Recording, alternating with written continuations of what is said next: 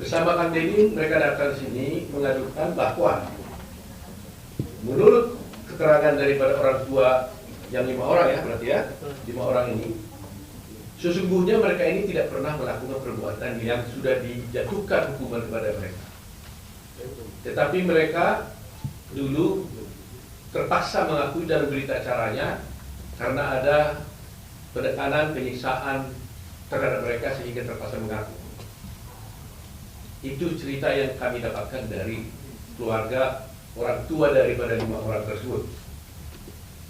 Di samping itu ada 4 orang di sini saksi. Yang 4 orang ini adalah satu bernama Okta ya, mana Okta? Okta, ya. Kemudian saudara Teguh. Nah, ini Teguh. Kemudian saudara Pramuji, ya. Pramudia. Ya. Kemudian Ahmad Saifuddin. Nah, 2 di antaranya ini pada waktu 2016 dulu itu adalah pernah menerangkan hal-hal yang sesungguhnya tidak sesuai dengan yang fakta sebenarnya. Tapi 2 di antaranya tetap konsisten dengan apa yang sebenarnya, yaitu adalah saudara Okta dan saudara Abu Saifuddin. Ini konsisten 2 orang ini. Sedangkan yang Pramudia dan Teguh datang kami dan tadi bertemu di atas menceritakan bahwa sesungguhnya apa yang saya ceritakan yang dulu itu tidak benar dan bermaksud untuk mencabut semua keterangan mereka dan akan menyatakan yang sebenarnya. Sebelum Kang Deddy akan bercerita, saya jelaskan dulu bahwa dalam rangkaian peristiwa pembunuhan yang dulu dilakukan ini ada satu alibi yang sebenarnya mereka ajukan, di mana pada jam yang sama pada tanggal 27 Agustus 2016 sesungguhnya mereka adalah tidur di rumahnya Pak Lurah, Pak RT, Pak Parsen namanya. Di rumah anaknya.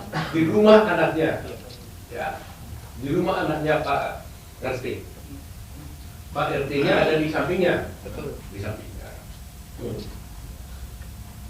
Nah, jadi coba bayangkan, lebih kurang di antara jam-jam tersebut, jam 9 sampai jam 10, jam 12, itu mereka-mereka ini katanya mulanya dari awal, dari sore, dari maghrib, mereka pergi dulu ke rumah, ke warungnya Ibu Nining. Dari rumahnya Ibu Nining, mereka pergi ke rumahnya bapaknya Hadi, rumah Hadi.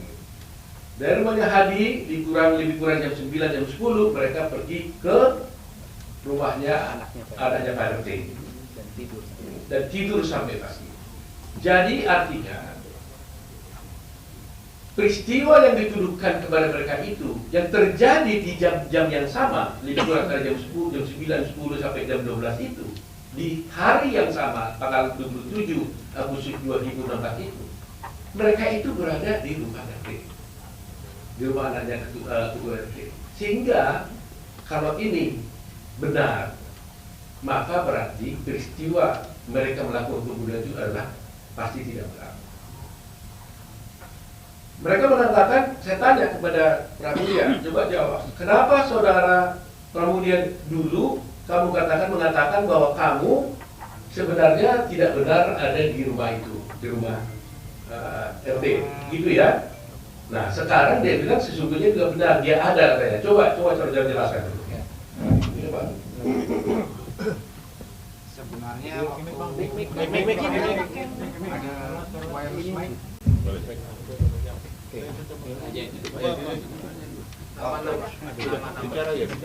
bicara langsung. Dulu saya di BAP tahun 2016, saya berkata yang sejujurnya.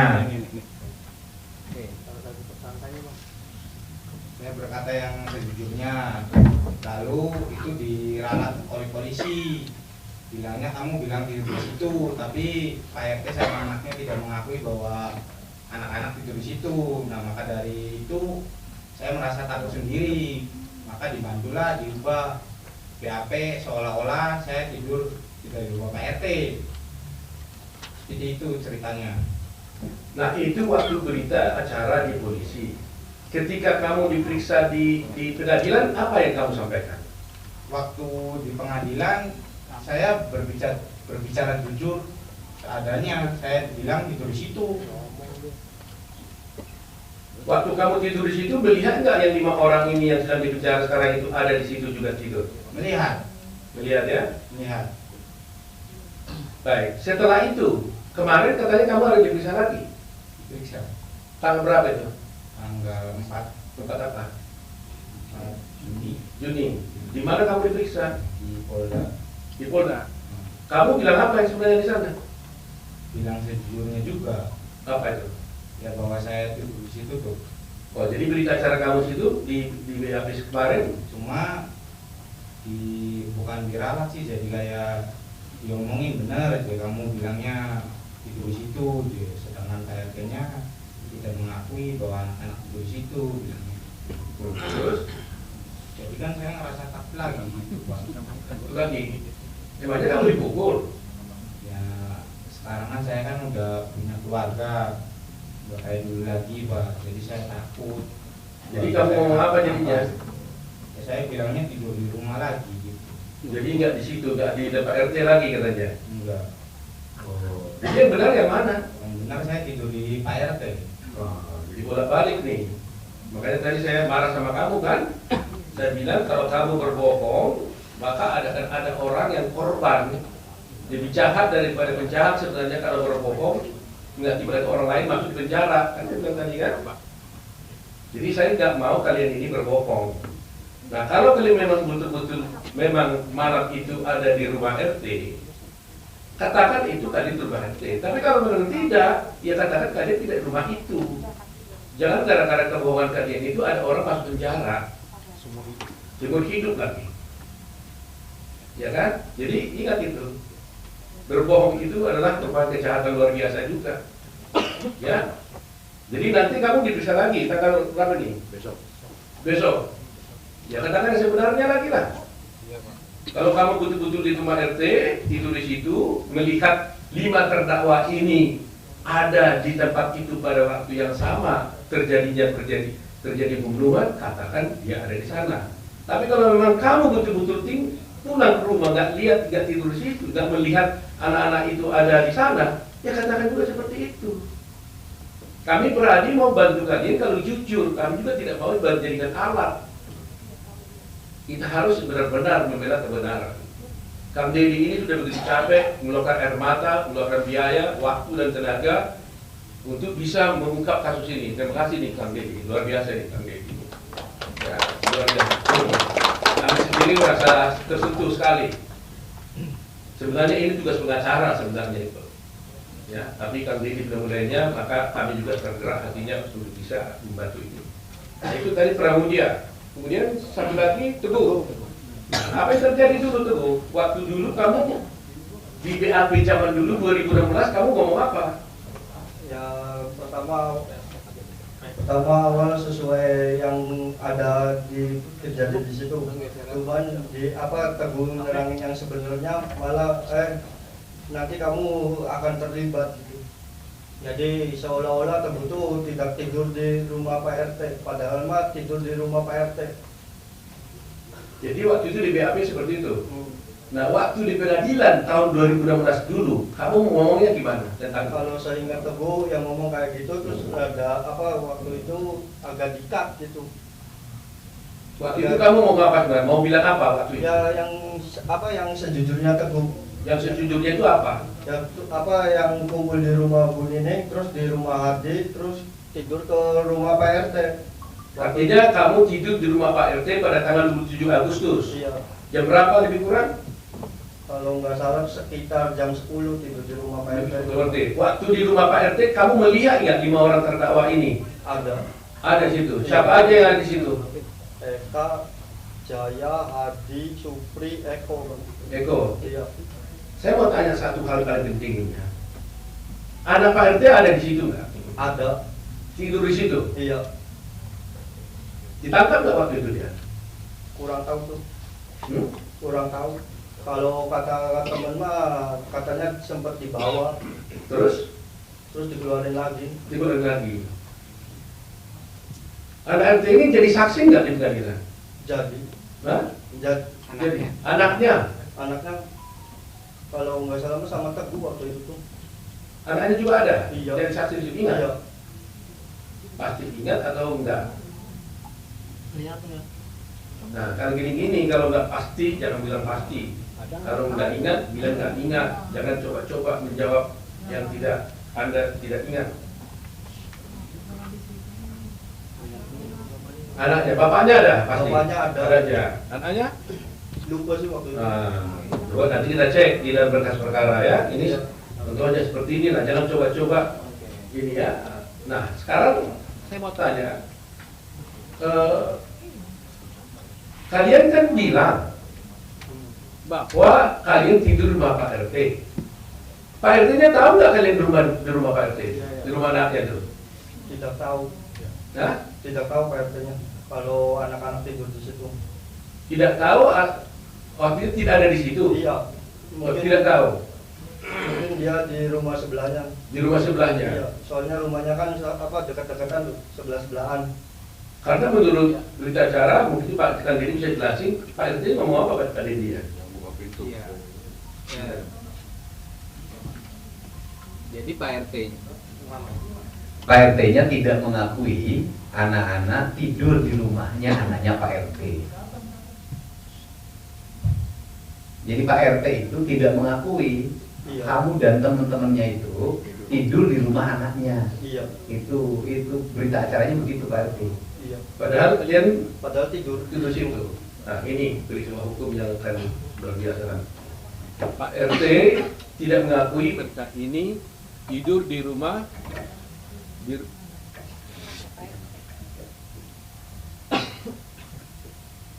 Jadi Pak RT tidak mengakui mereka ini tidur di rumah anaknya Pak RT. Sementara mereka ini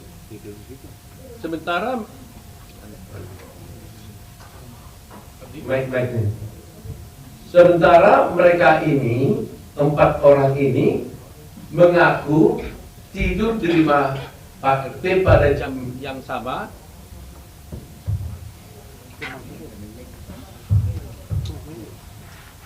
Ya, jadi Pak RT ini tidak mengakui mereka ini tidur di rumah Pak RT. Sementara mereka ini mengakui bahwa mereka tidur di rumah Pak RT pada waktu yang sama bersama-sama dengan 5 orang terpidana yang sekarang di dalam penjara. Ini isu sentralnya di situ. Dan 5 orang terpidana yang ada sekarang ini juga mengatakan mereka tidur di rumah Pak RT. Artinya ada 9 orang yang mengatakan mengaku tidur di rumah Pak RT. Tapi hanya 1 Pak RT mengatakan tidak tidur di rumah Pak RT. Dan anehnya anak Pak RT ikut tidur bersama mereka. Tapi cerita tentang anak RT ini sendiri kami tidak tahu. Kenapa dia tidak ikut menjadi terdakwa di sini? Karena menurut mereka sebelum ke rumah Pak RT, mereka itu sama-sama pergi ke warung ibu ini, kemudian kembali ke rumah Adi bersama-sama dengan anak Pak RT, dan kemudian tidur di rumah Pak RT. Pertanyaannya, Pak, kenapa anak Pak RT ini tidak ikut? Atau karena memang dia tidak berbuat, atau memang tidak ada peristiwa atau apa, itu nanti menjadi bahan dari tim lawyer untuk mengusutnya. Nah sekarang ada 5, jadi kita tanya juga, Okta gimana? Okta? Okta. Berdiri. Tadi udah ya? Belum. Nah coba. Kamu juga tidur rumah Pak RT ya? Iya, tidur, Pak. Dan rumah anaknya? Iya. Kamu juga melihat semua peristiwa itu, bahwa melihat bahwa 5 terpidana yang saat di penjara itu ada bersama kalian? Ada. Ada ya. Termasuk anak Pak RT. Ada masuk. Nah, jadi sebenarnya Peggy ada di situ kan? Tidak ada. Peggy tidak ada. Tidak ada. Prima dia, Peggy ada waktu itu kalian tidur bersama. Tidak ada. Kenal nggak dengan Peggy? Nggak kenal. Okta kenal nggak? Kenal karena satu daerah. Kenal. Tapi waktu itu dia nggak ada tidur bersama kalian. Teguh kenal dengan Peggy? Kenal. Kenal. Cuman waktu SD aja. Tapi waktu tidur malam itu Peggy ada? Nggak ada. Nggak ada. Iya. Kalau Udin Kenal. kenal. Kenal. Malam itu ada Peggy? Nggak ada. Nggak ada juga. Nah ini juga nggak ada juga. Jadi memang kita menjadi sedih juga ya apa yang terjadi sebenarnya. Kami belum bisa menyebutkan apa yang terjadi, tapi dari cerita-cerita ini kan menjadi berbeda semua. Tapi harus ingat loh ya, bersaksi palsu bisa dihukum loh. Sama dengannya kalau terbukti nanti Pak RT-nya palsu, bisa juga dilaporkan juga saksi palsu. Dan siapa yang terakhir ini bersaksi palsu ini? Kalian yang bersaksi palsu atau Pak RT yang bersaksi palsu? Kan begitu jadi pertanyaannya kan? Ada 9 mengatakan kalian tidur di situ, Pak RT mengatakan tidur di situ. Siapa yang bersaksi palsu jadinya? Ini masalah hukum yang serius. Itu fase pertama. Sekarang yang kedua mengenai terdakwa 5 orang yang ada di penjara sekarang. Ibu dari siapa? Kakaknya Supriyanto. Kakak. Ibu kakaknya Kakaknya Supriyanto. di dalam penjara sekarang. Iya. Yang dituduh juga pembunuh di situ. Iya. Nah cerita yang ibu tahu bagaimana? Sama Pak. Dia juga nyeritain bahwa dia di warung Ibu Nining ke rumah Hadi, terus tidur di rumah anaknya Pak RT. Pada waktu tanggal itu. Iya. Betul begitu ibu ya? Betul. Ibu tahu itu dari mana? Dari waktu jenguk anak Waktu jenguk anak di penjara, di Polda ya. di Polda. Dia ngomong begitu. Iya. Dia mengaku nggak pembunuh? Enggak. Nggak pernah. Tapi waktu itu ada berita acara ngaku tuh gimana? Kata dia. Katanya dipukulin, disiksa Pak. Telinganya dimasukin putung rokok. Sampai terluka Pak. Insya Allah sampai dipukulin muka aja bonyok semua Pak. Gitu waktu itu. Iya. Anak cerita. Ada cerita ya? Iya. Ada foto-fotonya itu ya? Ada. Ada foto-fotonya. Ibunya siapa tadi? Kakaknya Supriyanto. Kakaknya Supriyanto. Baik. Satu lagi, ibu siapa? Berdiri dulu. Hah? Punya Hadi Saputra. Ibunya Hadi Saputra. Iya. Gimana ibu ceritanya waktu itu? Ya anak-anakku mau melakuin Pak. Dari mana tahu nggak melakukan? Itu anaknya waktu itu betul-betul sama dengan ke rumah warung Bu Nining Iya. kan? Kumpul di Nining. Heeh. Ke Hadi. Terus? Ke rumahnya Pak Pasren, RT. Oh, itu ibu dapat ceritanya dari siapa? Ya saya sendiri. Ya artinya yang bercerita sama ibu itu siapa? Adanya ibu atau siapa? Iya. Hadi. Hadinya ngomong gitu. Ibu sendiri yakin nggak bahwa anaknya dapat sama? Ya yakin Pak. Anak saya tuh mau nikah Pak. Hah? Mau nikah 2 minggu lagi. Oh gitu ya.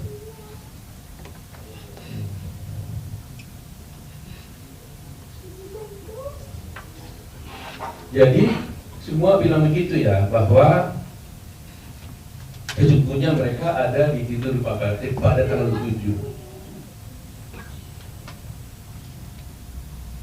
Baik Bu ya, baik. Jadi sekarang ini ibu siapa? Ibunya Kak Sari. Ibunya Eka. Eka. Bagaimana cerita ibu tentang itu? Paginya tuh saya tanya, Kak kamu dari mana? Tiba-tiba Pak RT katanya. Udah gitu aja. Tanggal berapa itu katanya? Malam minggu. Malam minggu, tanggal 7 Agustus itu, Iya. 2016 ya. Dia cerita juga nggak bahwa mereka bersama-sama Iya. ke rumahnya di Warning, gitu ya. Ibu juga yakin ya Enggak. bahwa anaknya bersama ya. Jadi apa yang ibu rasakan selama ini kan dia udah penjara sekian tahun gitu. Apa? Kenapa dia mengaku pada waktu itu? Ya kan dia ngebelain adiknya. Hah? Bagaimana ceritanya? Ngebela adiknya keluar. Kan 2 anak saya, Nah, sampai satu lagi, Renaldi. Renaldi. Terus? Dia bisa keluar karena dia nggak ngaku terus. Jadi gimana katanya? Supaya Renaldi tidak ikut keluar, terus? Kakaknya tuh mengakui. Tapi itu tuh apa sih? Baik-baik. Petunjuknya Jaya. Petunjuknya apa sih? Firman. Sama sih. Sudirman. Itu petunjuknya Sudirman. Katanya ini dibawa ini gitu. Jadi anaknya Ibu Renaldi Sama Eka Sandi. sama Eka, anaknya. Nah, Eka mengatakan dia mengaku asal adiknya tidak keluar. Yang minta ngomong itu siapa?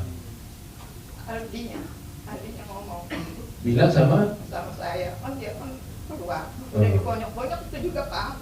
Oh, yang mau siapa? Ya polisi Pak. Polisi. Oh. Jadi polisi bilang sama si Eka, kamu harus ngaku gitu. Supaya nanti kalau kamu ngaku, Enggak, adiknya Pak. gimana? Ekanya ngomong adiknya,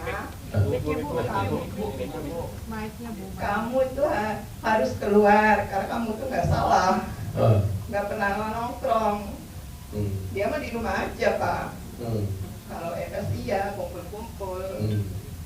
Ya maksud saya kan belain adiknya, ya adiknya supaya keluar, Iya. Ekanya harus ngaku gitu. Iya. Begitu Iya, nggak? iya betul. Nah, yang suruh harus ngaku itu siapa? Anda Sudirman kan Eka ini bawa ini, Iya. bawa ini. Iya. Jadi ya udah saya aja yang jadi korban gitu, Oh, Pak. itu cukup gitu Iya. aja. Itu untuk nyelamatin adiknya. Oh, baik. Sekarang ini ibu siapa nih? Ibunya Eka. Nah, gimana ibu tahu? Sama kayak gitu Pak. Sama.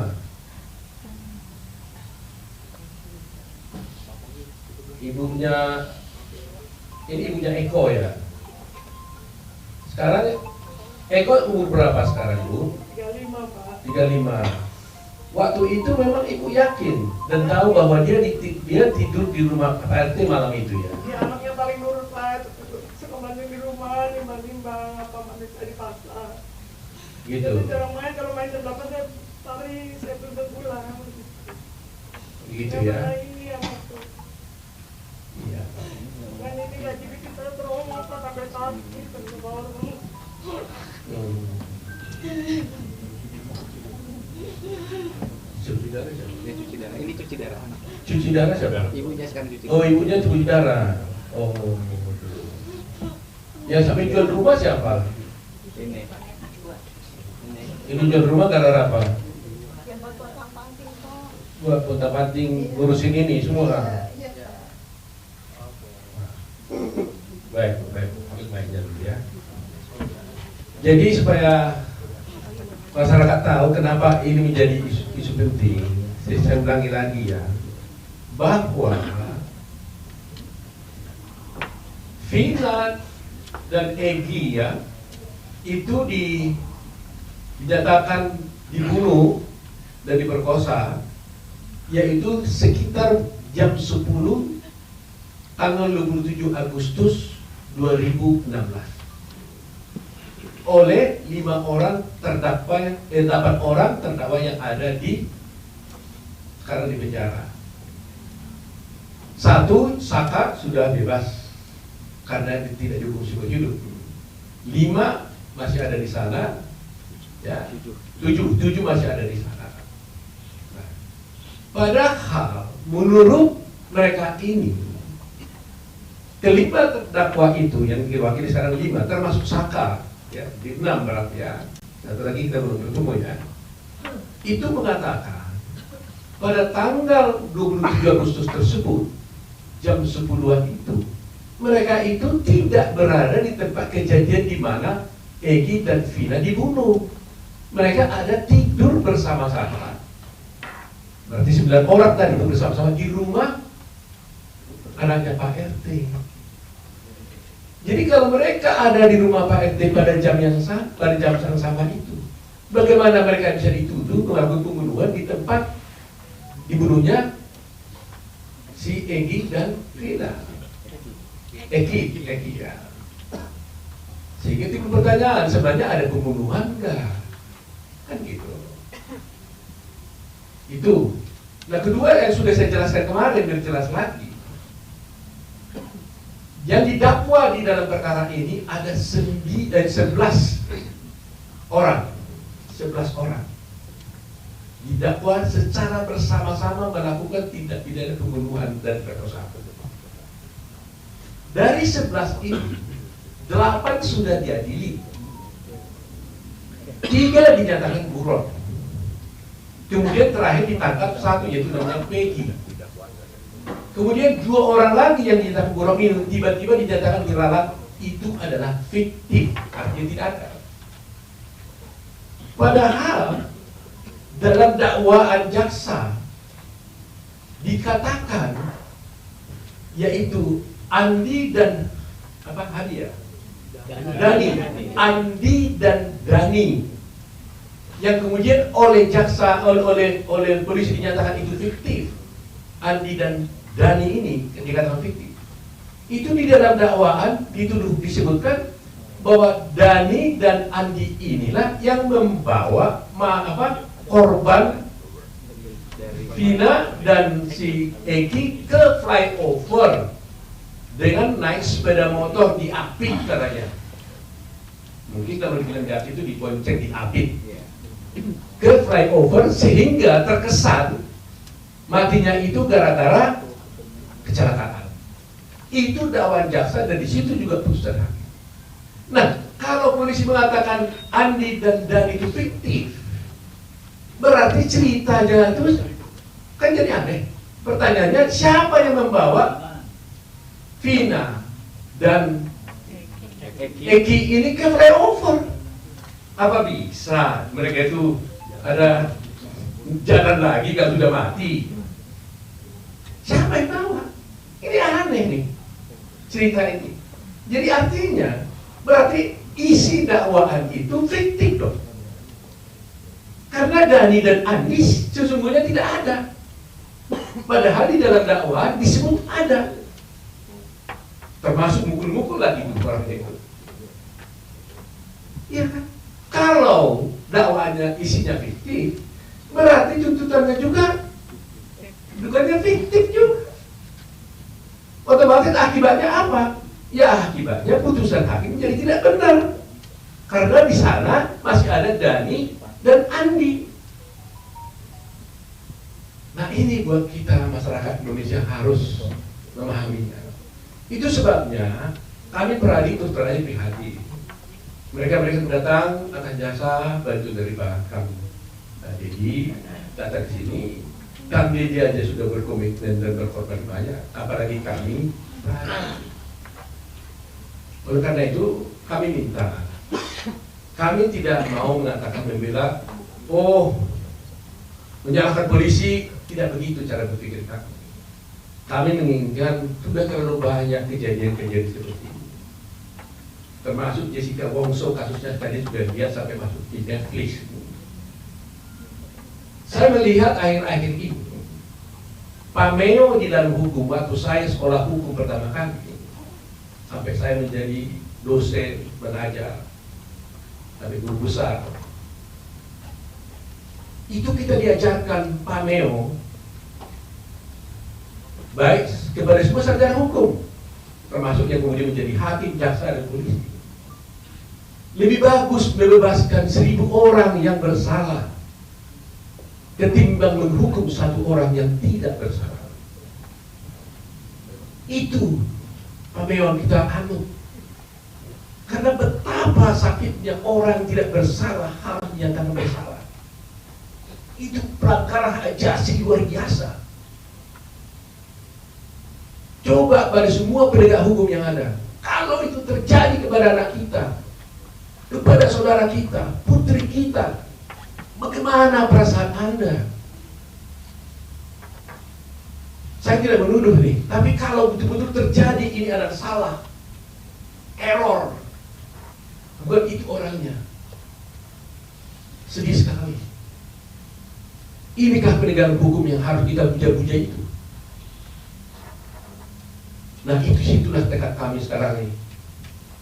Dan kami minta kalau boleh kepada Polri, karena ini masih ada penyidikan berlanjut, supaya penyidik-penyidik yang lama yang dulu menangani perkara ini jangan lagi ikut menangani perkara itu, supaya fair.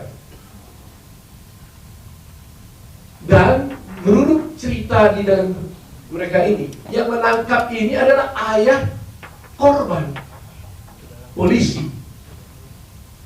Sebenarnya dia tidak boleh ikut di sini, konflik of interest nih. Seharusnya menangani adalah polisi yang lain, unit yang lain. Ini pun unit narkoba sebenarnya, tapi menangani perkara ini. Jadi sebenarnya gak tepat menurut saya. Seharusnya Polri menugaskan petugas yang lain. Jangan ayah korban, orang anaknya dibunuh, bapaknya yang mengusut. Pasti tidak objektif. Saya tidak menuduh dia bersalah dan sebagainya, tapi pasti secara emosional itu pasti tidak bisa objektif, tidak tepat. Jadi saya mohon kepada Kapolri untuk selanjutnya, meskipun Peggy bukan klien kami dan tidak dalam sini, tapi termasuk untuk mereka ini karena diperiksa sebagai saksi, kalau boleh, mohon yang memeriksa itu jangan lagi ada orang-orang yang dulu menjadi penyidik, supaya tidak terjadi konflik, supaya ada keterbukaan. Termasuk juga orang tua daripada korban sebaiknya tidak ikut dalam melakukan penyidikan ini. Itu permintaan kami. Dan selanjutnya saya minta bantuan dari Kang Deddy untuk bisa memberikan penjelasan kenapa sih Kang Deddy kok begitu sampai mati-matian mau datang membawa mereka.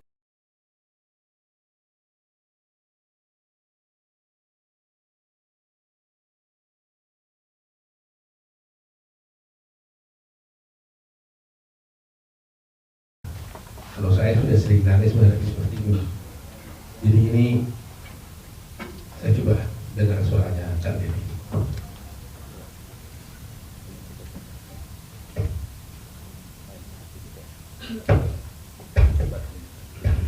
Cukup cek. Ya.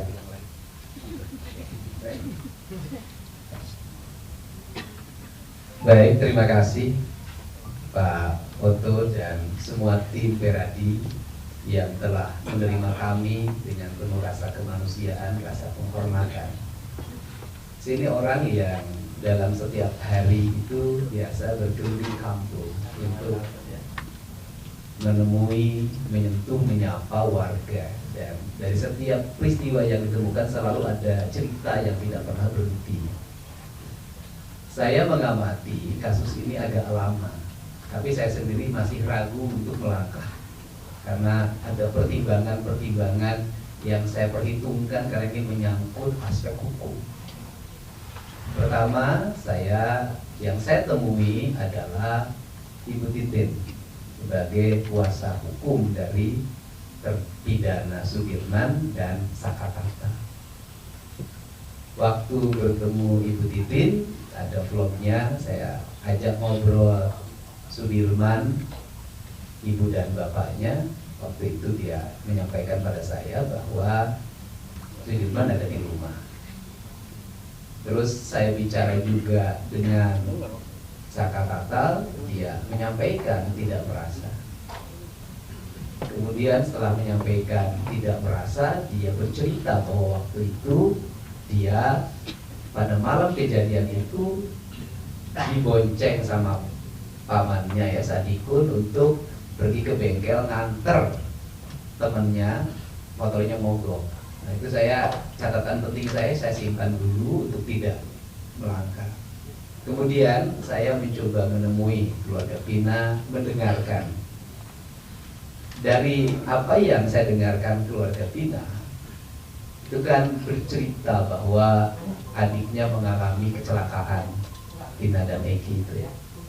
Kemudian diputuskan oleh Polsek itu adalah peristiwa kecelakaan tunggal dan sudah dikuburkan.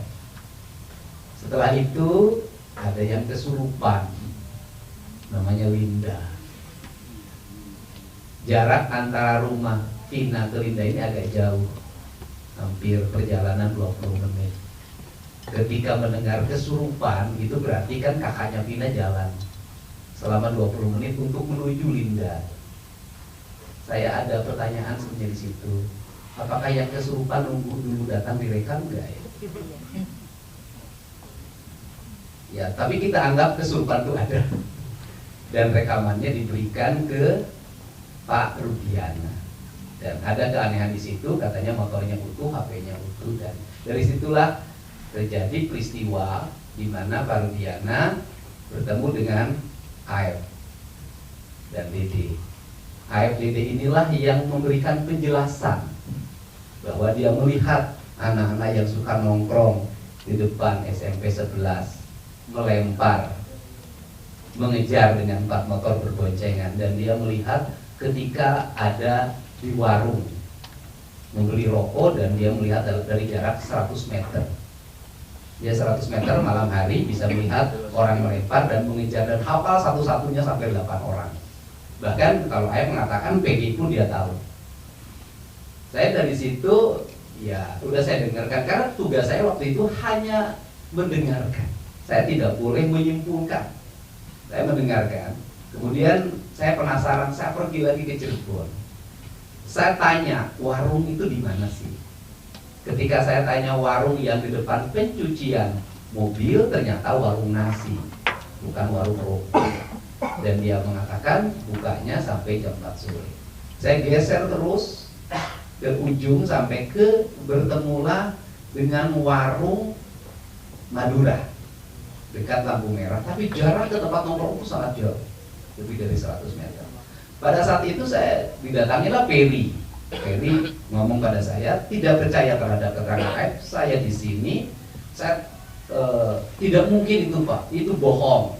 Nah dari situ saya agak mulai, nah ini harus siapa lagi saya tanya nih. Setelah itu saya bertemu lagi dengan menemui lagi Sakatata. Bertemu Sakatata, saya pertama yang ingin saya lihat benar nggak Sakatata ini tidak melakukan. Itu dulu satu-satu saya. Saya pengen beresin dulu Sakatata. Maka saya bertemu tiba-tiba dengan Sadikun karena Sakatatanya berada di rumah Ibu Titin. Sadikun menjelaskan pada malam minggu itu Sakatata ngumpul di sini di rumah ini bersama beberapa temannya. Kemudian dia di situ ngobrol dan kemudian motor temannya mogok. Ketika motor temannya mogok, maka motornya didorong, istilahnya apa? Di step, kemudian di step itu terus kemudian melingkar, hampir melewati jembatan flyover. Di jembatan flyover itu, Sadikun gak berani lewat karena ada polisi, dia tidak pakai helm, tidak punya SIM. Akhirnya dia belok ke kanan. Dari ke kanan itu menyampailah ke bengkel. Saya tidak percaya jujur. Maka saya ngajak rekonstruksi, walaupun saya bukan ahli bidang itu. Ayo kita mulai dari sini. Dan saya tidak memberitahu siapapun. Ayo kita rekonstruksi. Rekonstruksi itu yang motornya mogoknya datang, kemudian didorong, betul, dan belok ke kanan sampailah ke bengkel. Tiba-tiba saya ke tempat bengkel itu, saya bertanya langsung yang punya bengkelnya itu. Dia mengatakan betul pada malam itu ke sini. Setelah itu siapa lagi? Yang bawa motornya siapa? Sekarang lagi kecelakaan, kakinya patah 4. Saya temuin lagi. Ketika temuin lagi dia menjelaskan malam minggu itu betul Sakatata itu kesini bersama saya. Saya kan kalau melihat orang bohong, tiba-tiba ditanya, sama kan tidak bohong ke saya. Siapa sih yang bisa membuat rencana? Kan pasti ada selipnya. Belok jalan dan kemudian dia katakan saya lurus Pak. Lihat polisi ada di situ, tapi memang tidak lihat mayat korban. Kalau saya lewat sudah. Artinya dari situ saya sudah meyakini ini Sakatata nggak salah.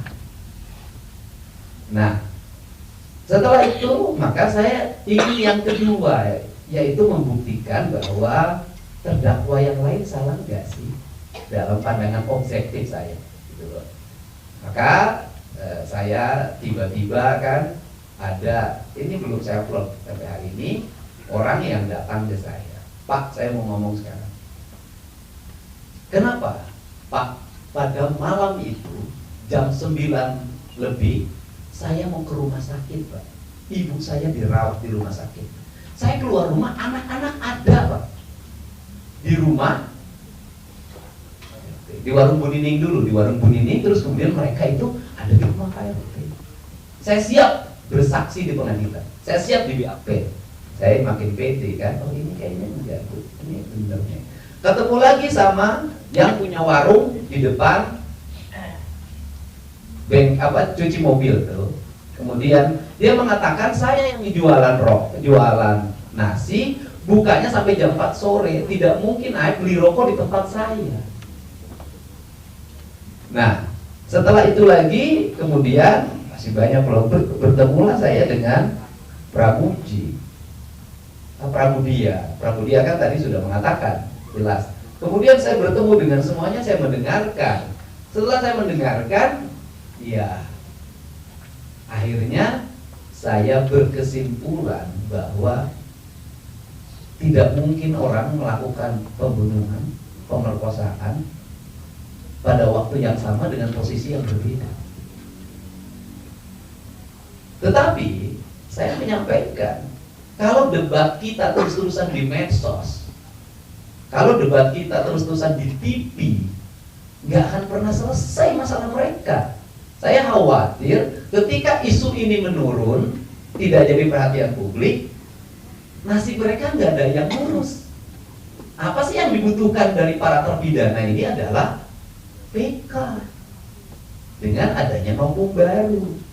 Maka saya sampaikan, sudahlah, sekarang langkahnya berikutnya harus bertemu dengan pengacara, advokat, tokoh yang secara hati nurani itu tergerak berdasarkan pertimbangan rasa dan kemanusiaan, bahwa ini ada orang-orang yang hidupnya susah, kerjanya kuli bangunan, sudah ada yang meninggal ibu dan bapaknya, bahkan yang satu meninggal ibunya ketika sudah penjara, yang harus diselesaikan secara hukum, tidak lagi hanya perdebatan di media sosial dan televisi. Maka saya mencoba untuk bertemu dengan Pak Oto Hasibuan, karena saya tidak bisa beracara, saya hanya bisa menyampaikan di media sosial lewat channel yang saya miliki. Untuk itu, maka inilah kesempatan bagi keluarga terpidana untuk mengetuk hati pemilik rasa keadilan, Mahkamah Agung yang nanti menangani PK. Semoga terketuk hatinya. Dan kita tidak akan bisa menyimpulkan kebenaran dari seluruh ini kalau tidak turun. Ini kan banyak orang yang berkomentar yang tidak turun, tidak menyaksikan dari pintu ke pintu, dari kampung ke kampung, dari gang ke gang, hanya mendapat informasi dari sajian yang ada. Sehingga pada saat ini saya menyerahkan sepenuhnya nasib dari kelima terpidana ini kepada Pak Oto Hasibuan. Semoga Allah memberikan jalan. Amin. Kebenaran akan menemukan jalannya. Terima kasih.